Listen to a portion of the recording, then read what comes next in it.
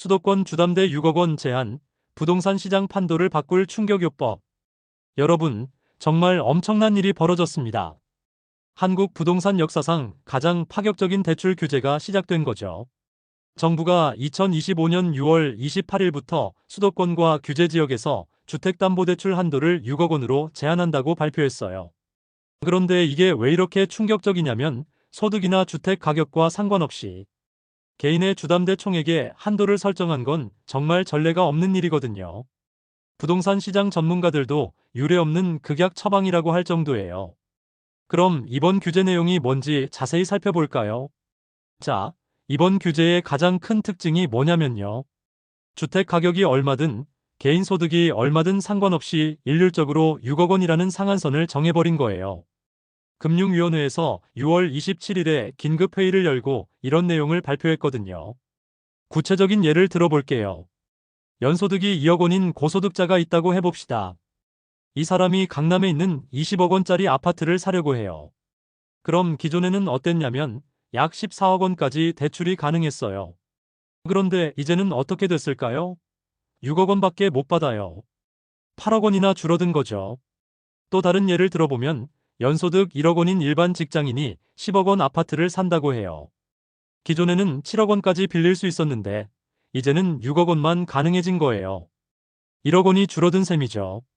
그런데 더 강력한 게 있어요. 바로 다주택자에 대한 전면 차단입니다. 수도권과 규제 지역에서 이미 집이 두 채 이상 있는 사람들은 어떻게 될까요? 주택담보대출 비율, 즉 LTV를 0%로 적용해서 주담대를 한 푼도 받을 수 없게 만들어버린 거예요. 완전히 투자 목적의 주택 구매를 원천 봉쇄하겠다는 정부의 강력한 의지를 보여주는 거죠. 그럼 실거주는 어떻게 확인한다는 걸까요?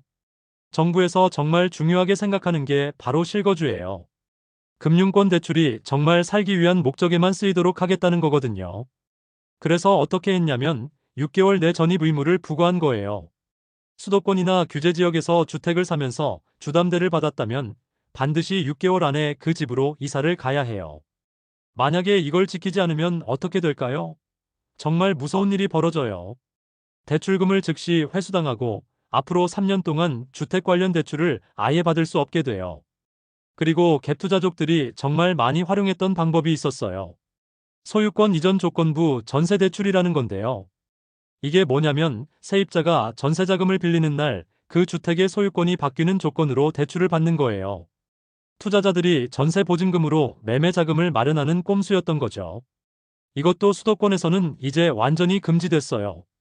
정책 대출도 확 줄어들었다고요? 맞아요.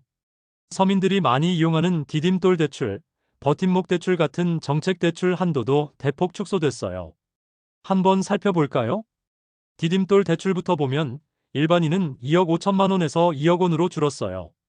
생애 최초나 청년은 3억 원에서 2억 4천만 원으로, 신혼부부는 4억 원에서 3억 2천만 원으로, 신생아 가정은 5억 원에서 4억 원으로 각각 줄어든 거죠. 그리고 1주택자들도 예전보다 훨씬 까다로워졌어요. 기존에는 어땠냐면 2년 안에 기존 주택을 팔겠다고 약속하면 갈아타기 대출이 가능했거든요. 그런데 이제는 6개월 안에 팔아야 해요. 시간이 훨씬 촉박해진 거죠. 또 생애 최초로 집을 사는 사람들의 LTV도 80%에서 70%로 줄었어요.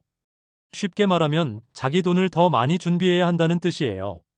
시장에서는 어떤 반응이 나오고 있을까요? 이번 규제가 발표되자마자 금융권과 부동산 업계가 발칵 뒤집혔어요. 은행들은 지금 내부 시스템을 급하게 바꾸고 있고 새로운 규제에 맞는 대출 상품을 어떻게 운영할지 고민하고 있거든요.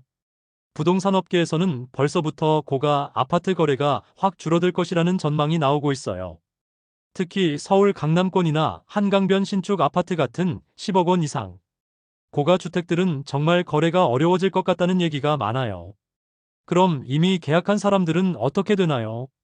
정부에서도 이 부분을 고려했어요. 갑자기 규제를 시행하면 이미 계약한 사람들이 피해를 볼 수 있잖아요. 그래서 경고와 조치를 마련한 거죠. 6월 27일 이전에 주택 매매 계약이나 전세 계약을 체결했거나 대출 신청을 이미 접수한 경우에는 기존 규제를 그대로 적용받아요. 다만 주의할 점이 있는데 단순한 가계약은 인정하지 않는다는 거예요. 정식 매매 계약서를 쓰고 계약금까지 납부해야 기존 규제를 적용받을 수 있어요. 분양받은 주택의 경우는 조금 복잡해요. 중도금 대출은 기존 규제를 적용받지만 나중에 잔금 대출을 받을 때는 새로운 규제가 적용되는 거거든요. 정말 이 정도로 강력한 규제였나요? 네, 정말 강력해요. 2019년 문재인 정부에서 15억 원 이상 아파트 대출을 아예 금지했던 것과 비슷한 수준이라고 봐야 해요. 금융권 관계자 중 한 명은 금융을 활용해서 수도권 전체를 토지거래 허가구역으로 만든 것과 같다고 표현하더라고요. 정말 강력한 조치인 거죠. 정부는 이번 조치로 하반기 가계대출 증가 목표를 당초 계획의 절반으로 줄이겠다고 했어요. 정책 대출 공급도 25% 줄인다고 하고요. 그리고 만약에 이런 강력한 조치에도 부동산 시장이 계속 불안하면 추가 규제도 고려하겠다는 입장이에요. 그런데 왜 하필 6억 원일까요? 많은 분들이 이 부분을 궁금해하실 텐데요. 금융위원회에서는 구체적인 계산 방법은 공개하지 않았어요. 다만 이렇게 설명했거든요. 서울과 수도권의 주택 가격 수준, 금융권 대출 이용 정도, 빌리는 사람들의 소득 대비, 부채 규모 등을 종합적으로 고려해서 6억 원 정도가 적절하다고 판단했다고 했어요. 업계에서는 수도권 아파트 평균 거래 가격이랑 일반적인 LTV 비율을 계산해서 나온 것 같다고 분석하고 있어요.